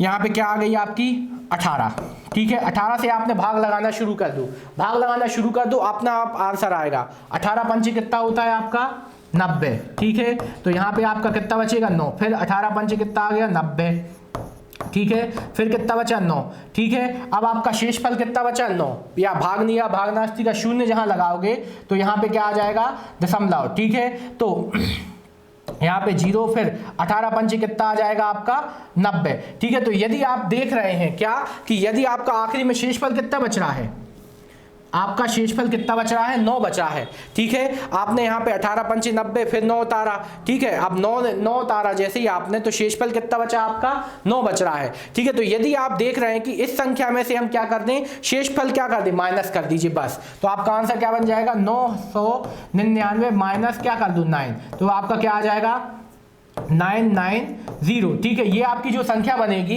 इसमें आपका क्या 18 से पूरा पूरा भाग जाएगा, ठीक है। तो आपको जब भी किसी संख्या से 4 अंकों की बड़ी से बड़ी संख्या या छोटी छोटी संख्या पूछ जाए तो आपको आंसर निकाल देना है। बड़ी से बड़ी संख्या के बारे में चर्चा की जाए तो आपको क्या करना है कि अपनी उस बड़ी से बड़ी संख्या में क्या लगाओ, भाग लगाओ, और जितना शेषफल आएगा उसे अपनी संख्या में से क्या कर दो, माइनस कर दो, तो आपको वह संख्या प्राप्त हो जाएगी। तो हमारा आंसर क्या बनेगा 9990 आपकी वह संख्या होगी जो 18 से पूर्णतः विभाजित होगी और सबसे 4 अंकों की सबसे बड़ी संख्या भी होगी, ठीक है। तो इस तरीके से हमने ये 4 अंकों की सबसे बड़ी संख्या ज्ञात करके दिखाई आपको। अब हम चलते हैं अपने अगले क्वेश्चन की ओर। अगला क्वेश्चन है आपके यहाँ के इकाई के अंक ज्ञात करना है, ठीक है। तो फटाफट अपन क्या करते हैं, इकाई के अंक ज्ञात करने का तरीका क्या बताया, घात में आपको 4 से भाग लगाना है, ठीक है। तो 4 से भाग आपको लगाने का तरीका भी आपको याद है कि यदि इकाई के दोनों अंकों में आपको क्या अंतिम दोनों अंकों में 4 से भाग जा रहा है, तो हमें तो दिख रहा है 4 रहा है, 4 एकम 4, बच्चे कितना 4 8 32, तो मतलब इसमें पूरा पूरा भाग चला गया। जब 4 से पूरा पूरा भाग चला जाए तो आपको क्या करना है, इकाई का अंक पकड़ना है, उस पर 4 की घात लगा देनी है, प्लस यहाँ पे आए, यहाँ पे 72, यहाँ पे 73, यहाँ पे पूरा चला गया तो यहाँ पे कितना बचेगा 4 के ऊपर 1 की घात, ठीक है। तो बस इसे आपको सॉल्व कर देना है। 4 के ऊपर 4 की घात को आप लिख दो क्या 4 गुणा 4 धन 4, ठीक है। यहाँ पे 4 चौके 16, यहाँ पे 4 चौके 16, 6 छी 36, ठीक है। तो 36, यहाँ पे 6 प्लस 4, इन दोनों का योग किया कितना आ गया 10, तो आंसर क्या बनेगा आपका 0, ठीक है। तो इस तरीके से हमने इकाई का अंक ज्ञात किया। बहुत ही आसान तरीका है ये, हमने ज्ञात किया। क्या किया, सबसे पहले इसका इकाई, इसमें 4 से भाग लगाया, शेषफल कितना है 0 आता था तो हमने 4 के ऊपर कितनी घात लगा दी 4 की, यहाँ पे भाग लगाया, शेषफल कितना आया 1, यहाँ पे इसको हल किया, यहाँ से इकाई का अंक क्या मिला 6, यहाँ से इकाई का अंक क्या मिला 4, तो बस क्या कर दिया 4 और 6 और 4 कितना हो गया 10, 10 का अंक क्या आ गया 0। अब और आगे चलते हैं, नीचे वाला ही संख्या आपके लिए एक छोटा सा प्रैक्टिस में हो जाएगी, ठीक है, कि यहाँ पे प्रैक्टिस में हो जाएगी। अब हम अपनी अगले क्वेश्चन की ओर बढ़ते हैं। हमारा अगला क्वेश्चन है कि इसके स्थानीय मान और जातीय मान के बीच अंतर क्या होगा। एक के स्थानीय मान और जातीय मान, सबसे पहले इसका हम क्या निकालते हैं स्थानीय मान। स्थानीय मान किस स्थान पे बैठा है, इकाई, दहाई, सैकड़ा, हजार, तो हम क्या करेंगे 1 गुणित गए 1000, तो ये क्या आ गया इसका स्थानीय मान, ठीक है। फिर अगले के पास गए, हमने अगला क्या दे, एक का जातीय मान स्वयं क्या होता है, उसका जातीय मान स्वयं हो जाएगा 1, ठीक है। तो अगली बार हमने क्या लिखा अंतर निकाला, तो यहाँ आ जाएगा 1000 माइनस 1, ठीक है। तो कितना आ जाएगा आपका 999 क्या आ जाएगा, -1 किया तो अंतर कितना आएगा, जातीय मान स्थानीय मान के बीच में अंतर कितना है आपका 999, ठीक है। अब यहाँ पे अब अगले एक और सेम क्वेश्चन दिया, 7 के स्थानीय मान और जातीय मान में अंतर, तो यहाँ पे इस टाइप से क्वेश्चन, तो 7 का जातीय मान क्या आ जाएगा 7 गुणित गए कितना आ जाएगा इकाई, दहाई, सैकड़ा, 100, ठीक है। तो कितना आ जाएगा 700, और 7 का जातीय मान स्वयं क्या होता है 7, इनका अंतर लिया अपन ने, कितना आ जाएगा यहाँ पे 693, ठीक है। आंसर कितना आ जाएगा 663, ठीक है। तो इस तरीके से आपने यहाँ पे दो क्वेश्चन और सॉल्व किए, ठीक है। अब हम अपने अगले क्वेश्चन की ओर बढ़ते हैं, ठीक है। अगला क्वेश्चन आपके लिए है सामने कि अब हम अपने अगले क्वेश्चन की ओर बढ़ते हैं। किसी संख्या को 68 से भाग देने पर भागफल 121 और शेषफल 18 प्राप्त होता है, तो वह संख्या क्या है। तो हम यहाँ पे देखते हैं क्या कि किसी संख्या को 68 से भाग देने पर, मतलब क्या है भाग देने पर, ये क्या है आपका भाजक, तो भाजक कितना हो गया 68, ठीक है। भागफल कितना आ रहा है आपका 121 और शेषफल कितना आ जाएगा आपका 18। ठीक है, तो शेषफल कितना आ जाएगा 18। तो बस आपको क्या ज्ञात करना है, तो संख्या मतलब क्या है, आपको क्या चाहिए, भाज्य चाहिए। ठीक है, तो भाज्य, तो बस भाज्य आपको ज्ञात करना है। तो सीधा फॉर्मूला जमाते हैं, भाज्य बराबर भाजक गुणा भागफल धन क्या होता है आपका शेषफल। ठीक है, तो ये वाला आपका फॉर्मूला बहुत आसान। तो भाज्य बराबर क्या आ जाएगा आपका, कुछ नहीं 68 इंटू 211 इंटू में कितना आ जाएगा, प्लस में कितना आ जाएगा आपका 18। बस इसे आपको क्या कर देना है, हल कर देना है। तो ये आपने इसको मल्टीप्लाई किया 21 का, बस यहाँ पे आपने अलग से मल्टीप्लाई करके तुरंत लिखते हैं। ठीक है, यहाँ पे आपने सबसे पहले जब क्वेश्चन हो 68 का कर देते हैं पर उल्टा, 8 एकम 8, 8 दूनी 16। ठीक है, 8 एकम 8 और 1 9। ठीक है, फिर आपने 6 एकम 6, 6 दूनी 12, 6 एकम 6 और 1 7। ठीक है, 8 12 और यहाँ पे 9 2 कितना होता है आपका, 9 2 आपका 11 और 1 12। ठीक है, और यहाँ पे 8। ठीक है, तो यहाँ पे कितना आया इन दोनों का मल्टीप्लाई, 8 2 2 8 और प्लस कितना करना है आपको 8। ठीक है, प्लस कर दीजिए, 8 और 8 कितना हो जाएगा 16। ठीक है, फिर यहाँ पे कितना आ जाएगा आपका 2 और 1 3 और 1 4। ठीक है, फिर यहाँ पे 2 और यहाँ पे 8। ठीक है, तो आपका भाज्य कितना प्राप्त हुआ। इस तरीके से हम बहुत ही आसान तरीके से मान रख के हल किया हमने ये वाला क्वेश्चन आपका क्लियर, कि जो आपको दिया गया था भाज्य भाग देने 68 से भाग देने पर, तो ये हो गया भाजक, भागफल अलग लिखा था, शेषफल अलग लिखा था, ये आपका आंसर। ठीक है, तो इस तरीके से हमने ये वाला क्वेश्चन सॉल्व किया। अब हम चलते हैं अपने आगे की ओर अगले। यदि भाजक भागफल का 25 गुना और शेषफल का 5 गुना कितना भागफल 16 हो। ठीक है, कितना 5 गुना हो और भागफल कितना हो 16 हो, तो आपका क्या आ जाएगा, भाज्य ज्ञात कीजिए। ठीक है, तो ये आपका क्वेश्चन है, तो इसको अपन ने सॉल्व किया। भाजक जो है भागफल का कितना हो 25 गुना और शेषफल का कितना हो 5 गुना। ठीक है, और साथ में आपको भागफल कितना दिया गया है 16, तो अपन भाज्य ज्ञात कीजिए। ठीक है, तो सबसे पहले अपन जमाते हैं क्या, भाजक जो है भागफल का। ठीक है, तो यहाँ पे ये का वर्ड को पकड़ना है। ठीक है, तो का है, तो यहाँ पे आपने जमाया क्या भाजक और यहाँ पे आपने लिखा भागफल। ठीक है, भाजक देखा और भागफल देखा, तो हमने देखा माना कि आपका भाजक क्या है x, तो आपका भागफल कितना हो जाएगा, भागफल का 25 गुना, तो ये कितना हो जाएगा 25x।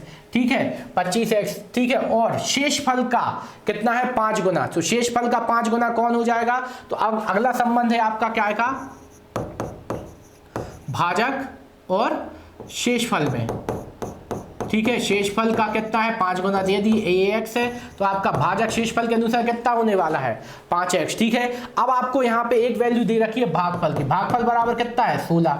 ठीक है, तो भागफल बराबर कितना है 16, तो यहाँ पे हम क्या शेषफल बाय मानेंगे, तो ये आपका 5 हो जाएगा भाजक। ठीक है, तो यहाँ पे आपका x बराबर कितना है 16, तो आपका भाजक क्या हो जाएगा 25 गुणित 16, तो ये आपका क्या आ जाएगा भाजक। अब यदि हम इस संबंध को उल्टा कर दें, क्या कैसा कर दें, यदि भाजक जो है भागफल का जो शेषफल है, जो आपका भाजक जो है शेषफल का 5 गुना है, तो आप इसे उल्टा कर दें तो शेषफल भाजक का कैसा हो जाएगा, तो 1/5 गुना हो जाएगा। ठीक है, तो शेषफल का कैसा हो जाएगा आपका, ये शेषफल का कैसा हो जाएगा, ये 1/5। यदि आप इसको x मानेंगे तो इसको क्या बनाएंगे आप x/5। ये चीज भी क्लियर है। ठीक है, ये संबंध दोनों है। यदि आपका भाजक जो है शेषफल का कैसा है आपका 5 गुना है, तो आपका शेषफल जो होगा भाजक का कैसा हो जाएगा 1/5। ठीक है, तो बस यहाँ पे आपको वैल्यू रख दीजिए, शेषफल का क्या है आपका x/5, तो यहाँ पे x की वैल्यू आपको कितनी पता चल रही है 16 बटे में कितना है आपका 5। ठीक है, तो यहाँ पे कितना आ जाएगा आपका 4। ठीक है, तो यहाँ पे आपका क्या आ जाएगा आपका 4 आ जाएगा। ठीक है, तो नहीं सॉरी, यहाँ पे आपको भाजक की वैल्यू रखनी है। ठीक है, तो यहाँ पे क्या आ जाएगा, भाजक की वैल्यू कितनी है, भाजक आपने निकाल दिया है 25 गुणित 16। ठीक है, तो यहाँ पे आपका कितना आ जाएगा 25 गुणित 16 बटे में कितना आ जाएगा 5। तो इस तरीके से हमने यहाँ पे सभी चीजें आपको निकाल के दिखाएं। क्या सबसे पहले हमने क्या दिखा कि भाजक जो है भागफल का 25 गुना, तो x ये माना 25x ये कर लिया। ठीक है, तो 16 गुणित 25, आपको भाजक क्या दिया, भागफल 16 दिया गया, तो हमने क्या कर लिया 16 गुणित 25 आपका भाजक हो गया। अब अगला संबंध आपको दिया था भाजक जो है अपना शेषफल का 5 गुना है। ठीक है, तो हमने उसको उल्टा किया, क्या कि शेषफल जो हो जाए भाजक का कैसा हो जाएगा 1/5। ठीक है, तो हमने यहाँ पे यदि आप अपने भाजक में 5 से भाग लगा दोगे वो क्या बन जाएगा, आपका शेषफल बन जाएगा। तो हमने वही किया, यहाँ पे ये भाग लगा दिया। अब हम अपनी संक्रिया में मान रखते हैं भाज्य बराबर क्या आ जाएगा आपका भाजक है आपका कितना 25 गुणित 16। ठीक है, भागफल है आपका कितना, भागफल है हमारा कितना 16। ठीक है, और माइनस शेषफल आपका कितना है 25 गुणित 16/5। अब किसी के मन में ये कि हमने काटा क्यों नहीं, तो अब यहाँ पे हम एक बार में पूरा काम करेंगे। ठीक है, पूरा काम करेंगे यहाँ पे। तो यहाँ पे क्या हो जाएगा आपका 25 गुणित 16 कितना आ जाएगा, यहाँ पे 25 गुणित 16 25 16 पंचे 80। ठीक है, और 16 दूनी कितना होता है 32, यहाँ पे 400 गुणा फिर से कितना है 16 और माइनस यहाँ पे 25 16 पंचे कितना हो रहा है 80 हो रहा है यहाँ पे। ठीक है, इसको फिर से आपने किया 16 चौके 64। ठीक है, माइनस में कितना चल रहा है आपका 80 प्लस चलता है यहाँ पे। ठीक है, तो यहाँ पे कितना आ जाएगा आपका 64 80, ये आपका आंसर आ जाएगा। ठीक है, इस तरीके से आपने ये वाला क्वेश्चन पूरा सॉल्व किया। ठीक है, तो ये हमने क्या होगा 64 80 आपका ये क्या हो गया आंसर हो गया। ठीक है, तो यहाँ पे ये हमने एक एक करके पूरे के पूरे क्वेश्चन आपको आसान तरीके से हल करना सिखाया। तो ये आपका आंसर क्या बनेगा 64 80 भाजक गुणा भागफल धन क्या होता है शेषफल, ये आपका आंसर हो गया। ठीक है, तो ये अब हम अगले क्वेश्चन की ओर बढ़ते हैं। अब हमारा ये आखिरी क्वेश्चन आज का क्या कि यदि आपको ये दिया गया है 155 तो आपको इस तरीके से मान ज्ञात करना है। ठीक है, तो आपको यहाँ पे क्या है 1 + 2 + 3 + 4 डैश कितना दिया गया 10 तक का मान कितना दिया 55। अब आपको यहाँ पे अगला मान निकालना है 6 धन 12 धन 18 धन 24 धन क्या निकालते हैं अपन +60 तक का। ठीक है, तो इसमें आपको सबसे पहले यार हमने सोचा कि यार ये कैसा मान दिया गया, तो यदि आप इसमें से थोड़ा सा सोचें क्या कि यदि हम इसमें से हम क्या निकाल लें 6 कॉमन निकाल लें, तो यहाँ के 6 से यहाँ बचेगा +1 यहाँ पे 2 बचेगा, यहाँ पे 3 यहाँ पे 4 प्लस इस तरीके से यहाँ तक कितना बचेगा 60। ठीक है, तो ये आपका मान बचेगा। बस आपको क्या करना है, इसका मान आपको दे रखा है कितना 55, तो 6 गुणित का क्या आ जाएगा 55। तो आपने यहाँ पे क्या निकाला 6 पंचे कितना आ जाएगा आपको 30। ठीक है, और 6 पंचे 30 और 3 कितना हो जाएगा आपका 33, तो आंसर कितना आ जाएगा 330। तो बस इस तरीके से हमने ये आपका आंसर निकाला। तो इस तरीके से हमने आज की जितने भी प्रकार के हमने क्वेश्चन पढ़े थे उनसे रिलेटेड हमने कुछ आपको सवाल करके दिए। ठीक है, तो इस तरीके से हमने आज के पूरे जितने भी पैटर्न हमने आपको डिस्क्राइब करके दिखाए थे उससे रिलेटेड हमने पूरे सवाल आपको सिखा दिए। और जितने भी टाइप के आपको बचते हैं तो वो आपको आप हमसे सीधा कमेंट सेक्शन में कमेंट करके पूछ सकते हैं जो भी आपको डाउट होगी। ठीक है, और आज से ही आपको जल्दी ही आपको क्या डाउट क्लियरिंग क्लास जो हमारे शाम को 6 बजे होगी वो भी आपको मिलेगी। जो जो डाउट्स आपसे पूछे जाएंगे हमसे वो हम आपको उसके लिए अलग से एक वीडियो लेके आएंगे। ठीक है, तो जितने भी प्रकार से हो सके आपको जो भी दिक्कतें आ रही हैं तो आप हमारे कमेंट सेक्शन में कमेंट करके हमें बताते जाइए, और जो जो आपको तरीके से हम पे मदद बनेगी हम वो आपको बिल्कुल करने की कोशिश करेंगे। बस आपको हम वही सिखाएंगे जो आपके लिए ज़रूरी है, कुछ भी ऐसी चीज़ें हम नहीं पढ़ाएंगे जिससे आपका टाइम वेस्ट हो और आपका कोई भी फ़ायदा ना हो। इस तरीके से हम आज की क्लास को समाप्त करते हैं और आज के लिए आपसे विदा चाहेंगे। आप आज के लिए धन्यवाद और नमस्कार। आपका दिन शुभ हो।